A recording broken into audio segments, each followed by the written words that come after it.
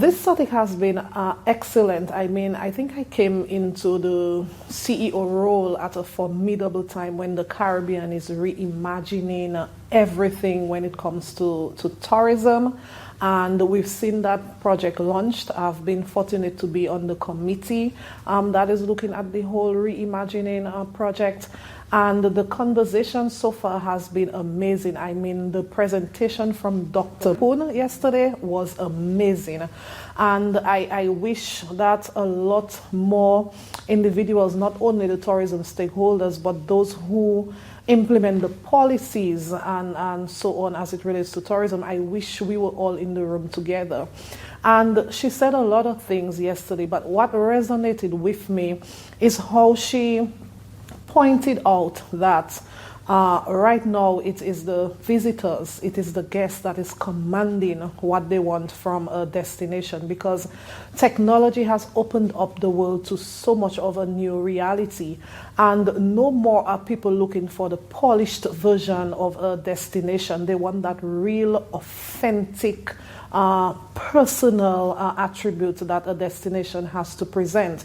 And she said a few things. She gave an explanation of a CEO who works for a big organization who is often stressed. You know, he wants to go to a destination. For example, he would want to come to Dominica and get face painted like a Kalinago, dress up like a Kalinago, you know, eat the Kalinago food, live in the Kalinago home, and that resonated so much.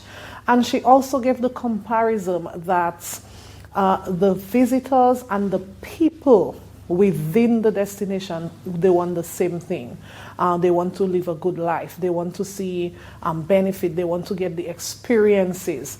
And she stressed that the only way that your tourism can matter, and I'm paraphrasing here, is when you let your people within your destination lead your look and feel. They lead the type of food that is presented.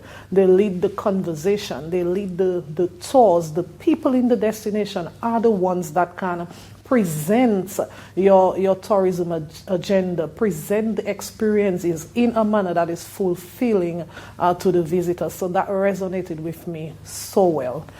This morning, we heard from the Ministerial presentation where we had a group of ministers or politicians, if I should say, addressing things like air access. And one of the things I took from that is I recognize we're talking about reimagining. You know, the CTO is full force in implementing that. Dominica has been doing so much, and allow me to give kudos to, the government of Dominica, who over the years have really embraced what tourism can contribute to our gross domestic product. And it's a lot of things going on. And I will start with our air access. We recognize that for tourism to thrive, people have to be able to come in. And the government heard the call and we responded. I will talk about our runway at our current international airport. There were certain things that needed to be done. So we grooved the runway to ensure that the pilots are a little bit more comfortable. Why groove the runway? Dominica, we're the nature island. We have so much water, you know. It rains a lot.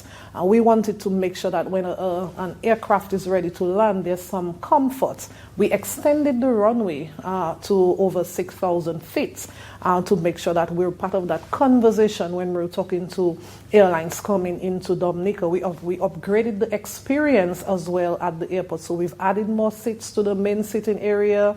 We've introduced the global VIP lounge where you can sit in comfort before and after your flight. And we've seen the results. You know, for over 3 years, we've had American Airlines, who were the first ones bringing in direct flights from Miami.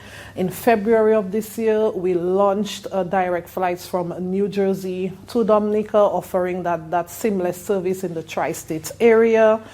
Recently, we launched direct flights from St. Thomas to Dominica with Contour Airlines.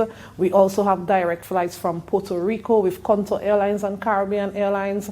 We also have to talk about our airlines within. You know, we have partnerships with LIAT, with Sunrise, with InterCaribbean, and so on. So we recognize that air access is important, and we've done those things. But while upgrading our current airports, we're 65% into building our new international airports, and the strategy is twofold, as we always say. We're making sure that our first airport has potential, and all this is to prepare us for the international airport that is hopeful to come in 2007.